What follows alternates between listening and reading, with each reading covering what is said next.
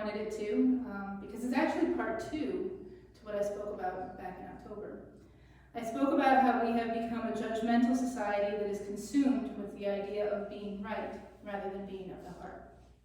Sometimes life happens and brings us down an unexpected path, so it has taken me a little longer to get here, but I think there's a reason for everything.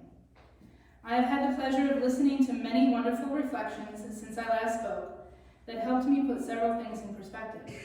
Things that I don't believe I would have seen as clearly had I not had the opportunity to hear others speak first. We have heard about religions such as Buddhism, Islam, Christianity, and secular beliefs such as humanism.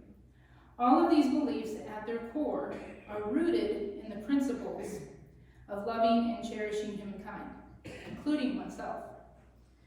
Now, whether those individual organizations actually do that is another story, but the premise they were founded on is the same. We've had heartfelt reflections on how to find more joy, peace, and love in our hearts and our lives, find ways to live our values, and even find ways to do nothing and stop making so many checklists, which I only made 2 last week. Only 2 checklists? Oh wait, I'm lying. I made 3. Okay, but the third one I'm going to talk about in just a minute. I ditched it. All right, so we also had amazing speakers that give us perspective on equality, faith, belonging, race, growing up Black in Waco, and a worldwide view of identity. I looked back at all my notes from those reflections. Yes, I'm a teacher, so I take notes. And thought, wow, that's all important information and a lot to absorb. So how do I incorporate all this into my life? At times it can all seem overwhelming. How do I keep going with everything I have to do and remember everything everyone has spoken about and not just throw in the towel and say, this is too much, that's it, I'm done, checking out. And then I thought, I'm a 50-year-old woman trying to figure this out, and I've been in the trenches of life experience for years. How can our young adults deal with this? They are bombarded with all this information and more, but without the numerous experiences of life's beauty and chaos to help them discern what is the truth, their value, what do they truly believe in? And not what someone else tells them, but what they feel is right in their heart. And then I thought, well, is it really just young adults who would struggle with this? Or do we all at times, regardless of experience? I think my original summary of how older adults deal with this versus younger adults needs to be amended. So I started writing down all these things that I could think of to keep us from being overwhelmed, and all the wisdom necessary to pass down to our youth to help them survive their overstimulated minds. And I see there's youth in the room, so I'm going to modify what I said just a little bit here. And then I stopped, and I looked at my paper, and I'll modify my language here, and I realized I made another stupid checklist. A checklist. A checklist of what's supposed to be in here. A checklist that's supposed to emanate what comes from in here for each other. And I thought, no way. I'm not doing this from a checklist. So I checked it.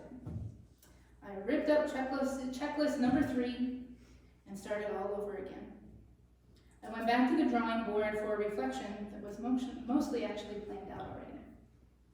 I cut out older adults versus younger adults, because let's be honest, this is all of us.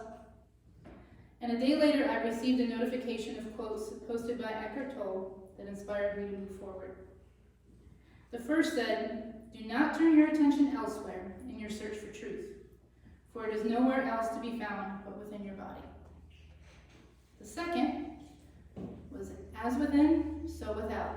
If humans clean inner pollution, then they will also cease to create outer pollution."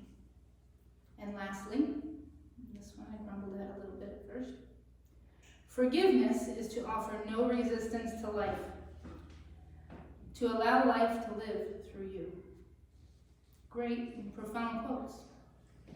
So what do they mean?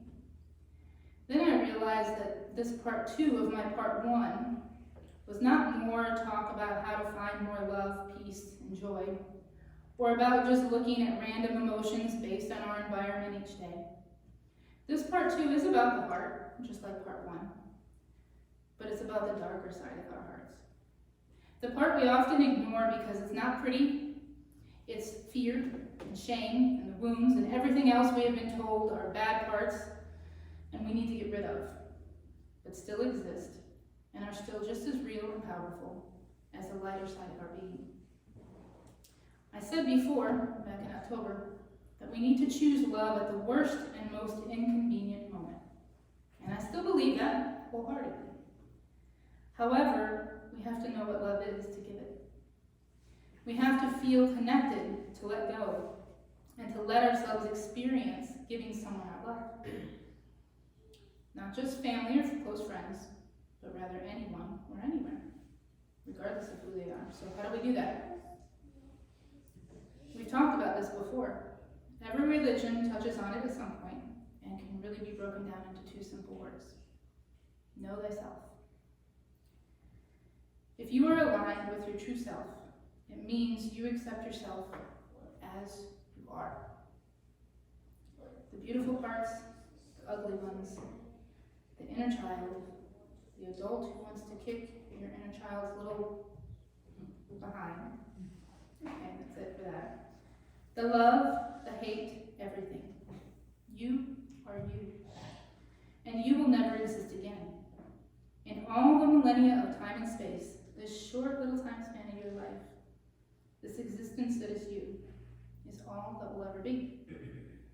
So you acknowledge and understand the splendor that you are, and the divine that you are. When that happens, you have allowed yourself to see your oneness. And oddly enough, your oneness is what helps you understand that none of us are ever alone. Now, oneness in my studies as a Druid has a much more complex meaning because it deals with all of nature, not just people. But for the sake of getting you out of your own time, we'll just refer to the connection between each other. And I'm going to come back to oneness a little later here. But right now, I'm going to talk about looking within. So looking within can be difficult regardless of what you're searching for. But to look at the darker side of you, the side you have grown to believe is wrong, bad, maybe even sinful, well, that's a different story. It's still necessary, but not only for your own self, but for also those you care about. A personal example of facing your dark heart. I see some new faces here today, so welcome if you're here for the first time. But many of you know that I'm almost done going through a divorce. Without getting into too much detail here, let me say this. They say it takes 2 to make a marriage work. Well, when a marriage starts to fall apart, we like to yell and cry and talk about what the other person did, point fingers, etc. And I did my fair share of that in the beginning. But the truth is, if it takes 2 to make it work, it takes 2 to make it crumble as well. Granted, the choices we made to deal with our problems were ours alone, but I know there's much more I could have done or said to try and mend fences over the years. To heal, I have to face my dark heart and all the coulda, woulda, shoulda moments that led to where I am now. Several people have actually asked me this. They said, you seem so okay with all this, so unaffected. And that's not true at all. I was greatly affected. But I understood to move forward, I had to face my past, face my part in it, and face my dark heart. Not to the point where it consumed me, but to the point where I allowed myself to grieve the loss of a 20-year marriage, be angry at him, angry at myself for not trying harder, and allowed myself to acknowledge that I feared an unknown future. This wasn't about taking it out on him or anyone else. It was about processing the negative emotions and allowing myself to have them. And the more I accepted that part of me, the less I actually focused on it over time. The more I started to think about how excited I was to have the freedom to travel on my own, or move somewhere if I wanted to, or have cereal for dinner if I didn't feel like cooking. I aligned my heart with every part of me, not just the parts I wanted to see. It's not perfect. I'm not finished dealing with everything that is inside. But there was an interesting side effect to this all. I forgave him, myself. We established an amicable relationship that allowed our son to become comfortable with the situation and still be okay with things like inviting us both to his college graduation in May. By aligning myself and finding some balance, it made things better for the people around me. And I let go of quite a bit of anger and bitterness to make room in my heart for new opportunities. So never again will I ever listen to someone tell me that self-love is selfish. Never. And you'd be surprised at how many people still say things like that. But now, what about if it's not your dark heart, but rather someone else's? Most people can have a decent conversation of disagreement without things going too far. But what about those extreme opinions? Like someone who thinks they have the right to tell a woman the choices she can make, but supports sending young men and women off to another country, potentially take the lives of others because of an imaginary line drawn in the sand. What about someone who is part of a hate crime? Or tell someone that they actually cannot worship with them in a church because of a lifestyle choice? How do we battle that? Originally, when I was going to talk about dealing with battling those who spoke from the dark side of their heart and focused on their negative energy, I wrote the following. Fight them with heart. When you speak to them about a cause you believe in or something you disagree with, instead of focusing on the words of hate, divisiveness, or bitterness, focus on the care, love, or empathy you have for their target. They will continue to spew their venom because that is all they're able to do right now. But if enough of us drain the energy from that side of the fight, eventually there will be so many of us as one voice, we will be a force to be reckoned with and they will have no choice to listen. I wrote that thinking, that's not too bad. But something bothered me about it. Something wasn't quite right. It didn't really fit with how I felt somehow. And it felt off. And then I realized, oh, good grief, I sound like a politician. But after I scratched it out, when I realized that, I decided to leave it in to make a point. I wanted to believe I was coming from the right place. The right place. But I used words like fight, their target, that side. They will have no choice. I was speaking from the same side of the heart they were. I was using the same negative energy they were. And there is a time to do that. Okay, I'm not saying that there's not. There is a time and a place for it. But you have to ask yourself, does it resolve anything by doing it this way? And in most cases, no. It only exacerbates the situation. So time to do more of that inner reality check. So instead of what I just wrote, what about thinking of it this way? And this is difficult. Listen to what the person has to say. Set aside your ego, your need to respond, and just listen. Try to understand their perspective and why they've actually come to feel this way. As long as their actions are not violent or dangerous, appreciate their negativity and their emotions, whether it be fear, anger, hatred, bitterness, or prejudice. Look into the darkness they are feeling and allow it to galvanize the light in you and illuminate your path. Understand we're all connected, even at microscopic levels, and let them be the fuel of the fire in your heart for what you truly believe in. And if you really want to try, find common ground to build a foundation with this person and see if they're willing to eventually let you listen to you. That is coming from an understanding of alignment. Darkness is needed to envision light. Negative energy is needed for positive energy to flow. Fear is the antithesis of love, but is needed for love to grow. You are accepting your true self. You are accepting the true self of others. You can still disagree with them and choose not to associate people, but you accept them as they are. You acknowledge their point of view, which is difficult and may even be impossible to stomach, but it's necessary for you to grow.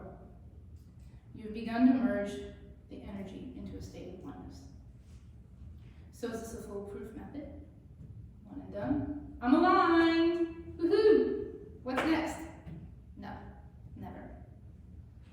We are a continual work in progress, an awareness feel that little dark heart welling up, don't ignore it. It's a part of you. And it will pop up over and over again. But if you deal with the emotions as they come, let them energize you and give you what you need to keep moving towards your goals, towards caring for others, caring for yourself. I'll give you one other quick experience, personal experience, to emphasize the point here. We recently had Valentine's Day, and I've always thought it was the dumbest holiday. I'm sorry. If anyone in here loves Valentine's Day, the guy we're celebrating for was executed. I mean, this is ridiculous. I can't stand this holiday. And who said it was okay to take a bunch of beautiful flowers and kill them so that you could go and say, I love you here. Here's a bunch of flowers that are going to die in 3 days. There's much more creative ways to. Anyway, I digress. Okay, so I went to HEB and was love bombed, right? With all these hearts and flowers and balloons and red pastries. And I was walking around and I saw these lovey-dovey happy people, and I became irritated. I did not want to deal with any of that. I felt these old negative emotions emerging from Valentine's past, and I became negative towards the happy people. But I didn't want to do that. I didn't want to rain on their parade and send out this negative energy or say something snippy to someone. I needed a way to acknowledge and deal with my emotions without affecting those innocent happy couples. So I went to this place called the Waco Rage Room. This is therapy on a budget. It's a place where they let you go into a room, blast your own music, and smash everything in sight. Okay? The gentleman showed me my options for tools and gave me a choice between a baseball bat, a crowbar, and a sledgehammer. I looked at my options, I looked at him, and my little dark heart said, I'd like all three, please. So I blasted my Viking battle songs and smashed every plate, cup, vase, beer bottle, TV, computer, and windshield in there. And on my way home, I saw more lovey-dovey happy people. But now I actually thought, oh, aren't they so cute? That's just precious. So I had effectively adjusted my alignment back to where it needed to be without affecting anyone else. The energy of oneness was now flowing through me once more. But this oneness, it's not all being the same. And it's not all thinking or even feeling the same. It is unique individuals aligned with their true selves, whatever that may be. It is discovering the divine within that allows us to connect with the divine without. Is the divine without God? Buddha? Rama? Odin? Maybe. Honestly, mostly I just believe the divine without is each other. And our oneness as individuals inspires us to come together as a collective, gather the energy that surrounds us, love, fight, laugh, cry, take it in and raise it all to a new level. Doing all the things I've discussed is wonderful, as long as we remember being connected like this means we are not only responsible for ourselves, but for our actions within the collective energy as well. So many of us practice this responsibility by fighting for just causes, checking in on our neighbors, or helping a random stranger. But what if we tried something a little different? I am a science teacher after all. So the last time we did a small meditation to acknowledge someone we felt we wronged in some way. So today I would like to do another meditation, but you're going to look at yourself just a little bit. Now, as before, if you don't want to participate, you don't have to. I just ask that you remain quiet in your seat so we don't disrupt the people that are. For this one, though, I do need to explain in advance what you're going to do. I'm going to do the count and then give instructions on visualizing a part of your character you feel is a flaw. Something you feel you want to change. It doesn't have to be something monumental, just an improvement you'd like to make. It can be something very simple. Then you're going to follow my instructions to change that image and create a new one. And then from there, just kind of listen to my instructions. Okay? So I'm going to ask that anyone who would like to participate, if you go ahead and close your eyes now. And I am going to ask you to go ahead and breathe in. 1, 2, 3, 4,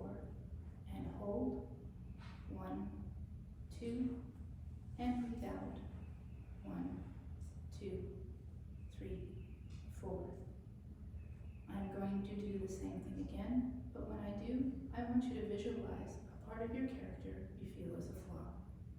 Something you feel you want to change, no matter how small it is.